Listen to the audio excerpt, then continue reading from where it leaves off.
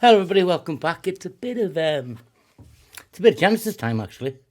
This is from Lamb Lies Down on Broadway, 1974. Peter Gabriel is still featuring in vocals at this stage, and it's Carpet Crawlers. I've been asked to look at it and listen to it. Who am I to object? It's one of the seminal albums from Genesis, not the seminal, but one of the sort of, well, in their discography. So here we go.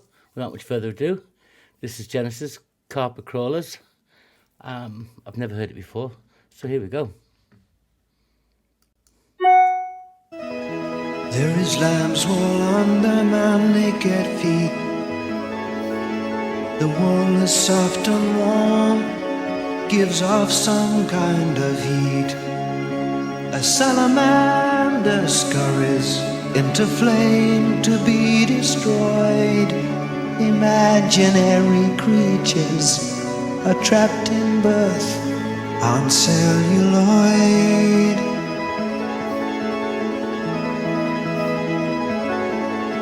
The fleas cling to the golden fleece, hoping they'll find peace.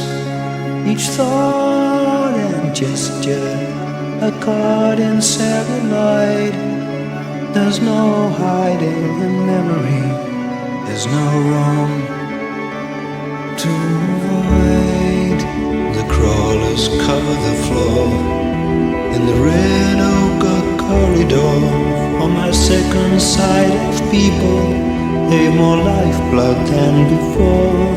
They're moving in time to a heavy wooden door, where the needle's eye is winking, closing on the pore. The carpet crawlers heed their callers. We gotta get him to get out. We gotta get him to get out. We gotta get him to get out. There's only one direction in the faces that I see. It's upward to the ceiling, where the chamber's said to be. Like the forest fight for sunlight that takes root in every tree. They are pulled up by the magnet, leaving their free. The carpet crawlers heed their callers. We gotta get him to get out. We gotta get him to get out. We gotta get him to get out.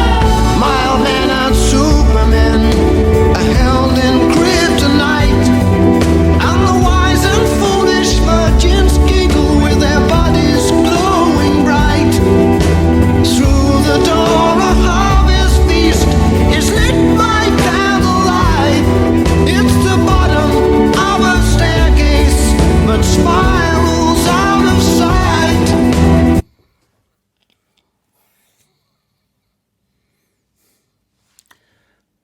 I'm listening to the song, I can hear that beautiful rollover, the repetition and the rhythm, which is, it's either piano or it's a keyboard, but it's going over, and then the other music's introduced, and his voice in this is beautiful. Sitting out under that choristic approach, it's Peter Gabriel's voice has such a resonance in this. It's got a real, Richard. It's got that Richard Burton feel to it in War of the Worlds. No one would have believed. It's got that real pull you in softness, so you can hear every word. There's real clarity in what he's saying. I've been making notes. There's no confusion here in the words. There's certainly lots of nuance and meanings in the words that I'll probably never comprehend, but I'll give it a shot. But this is just so beautifully soothing. But the lyrics portray that soothing.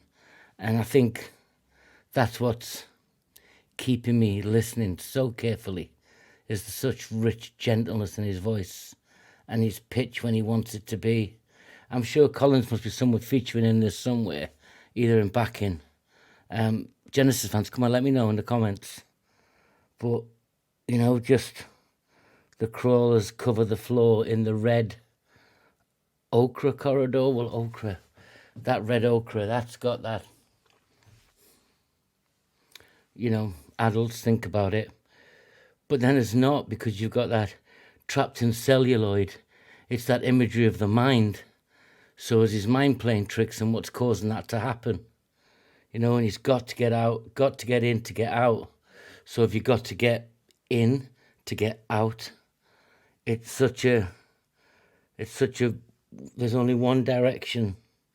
Not one direction, Harry Styles. Please, guys, don't. In the faces.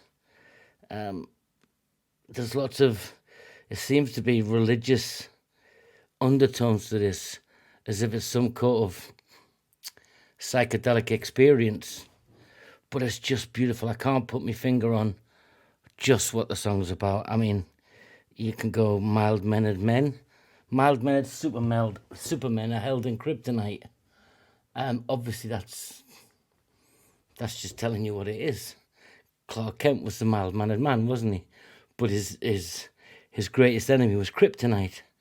So it takes you back to what... I need to listen to the rest of it. Stick with me, guys, because there's so many little drop-ins here that it's not confused me, but I guess you need to listen to the whole album. You need to understand where they were coming from at the time.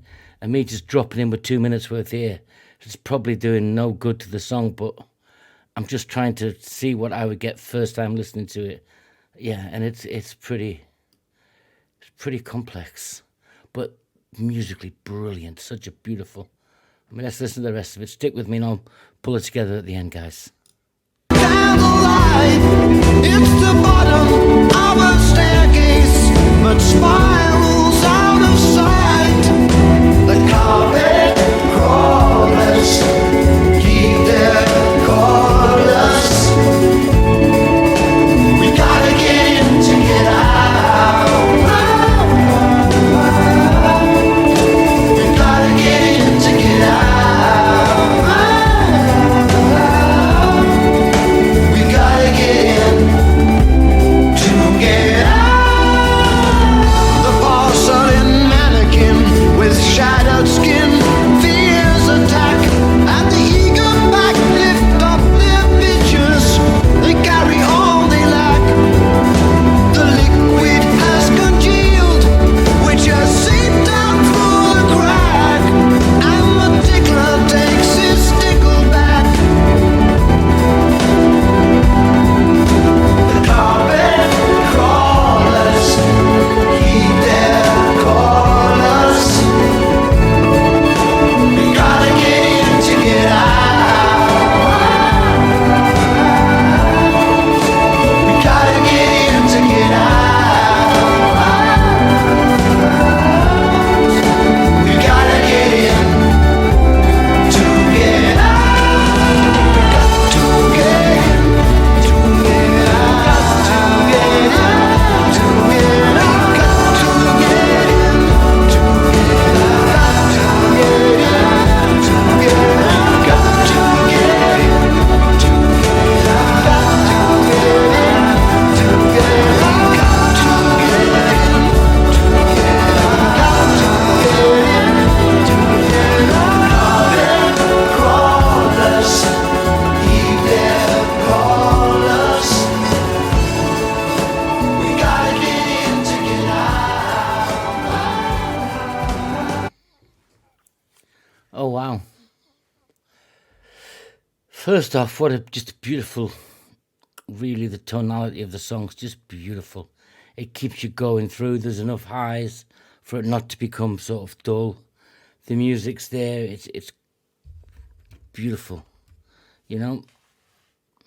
But I'm thinking about the lyrics overall, and it's kind of a three-way thing for me. It's like they're playing with what you would call a high. It's got that sexual element to it, which is, you've got to get in to get out. It's got that, because carpet crawlers, if you wanted to use it for the American audience, we would call them rugrats. Yeah, kids crawling around the floor. But also you could refer to them as those things that make children. But then we've got to get in to get out. So you've got to get it in to get out of your mind. Each thought and gesture are caught in celluloid, which means that the images in your mind stay with you forever. Is this about a hide to escape life, which meets death, which meets birth, which meets creation, all as one thing, as one element? You're in, it's birth, it's death, you're out. Is this some kind of drug-filled experience that's brought about this realization? I know you hear a lot of guys talking about that sort of ayahuasca DMT type style, which I've never done. And I ain't suggesting anyone should do it before YouTube flies the helicopters in to shut me down. I'm trying to interpret a song. So it's got a definitely hallucinogenic feel to it. It's definitely got that narrative of a religious element to it, of the birth and death and creation and sexual energy to it, but not in a really distinct way. So to me, it's linked to for want of a better word, in the 70s, a trip. But it can have different meanings all the way through, and that's for you to decide, not me. They give you the song, you make it your own. That's entirely you. Obviously, if you get a million people saying it's about A, and you say it's about B, the odds are you're wrong. Yeah, the odds are you're wrong. But I suspect with this song, a lot of people think in a lot of different ways. But that was my enjoyment of it. I really love this song. Looking forward to coming back to Genesis again. Genesis fans, give me a shout. I've already covered another song, which was the first of fifth off another album, and this is off the Carpet Crawlers off the Lamb Lies Down. If you like it, guys, join in, have a look around, see what else is going on the channel. Till next time, take care.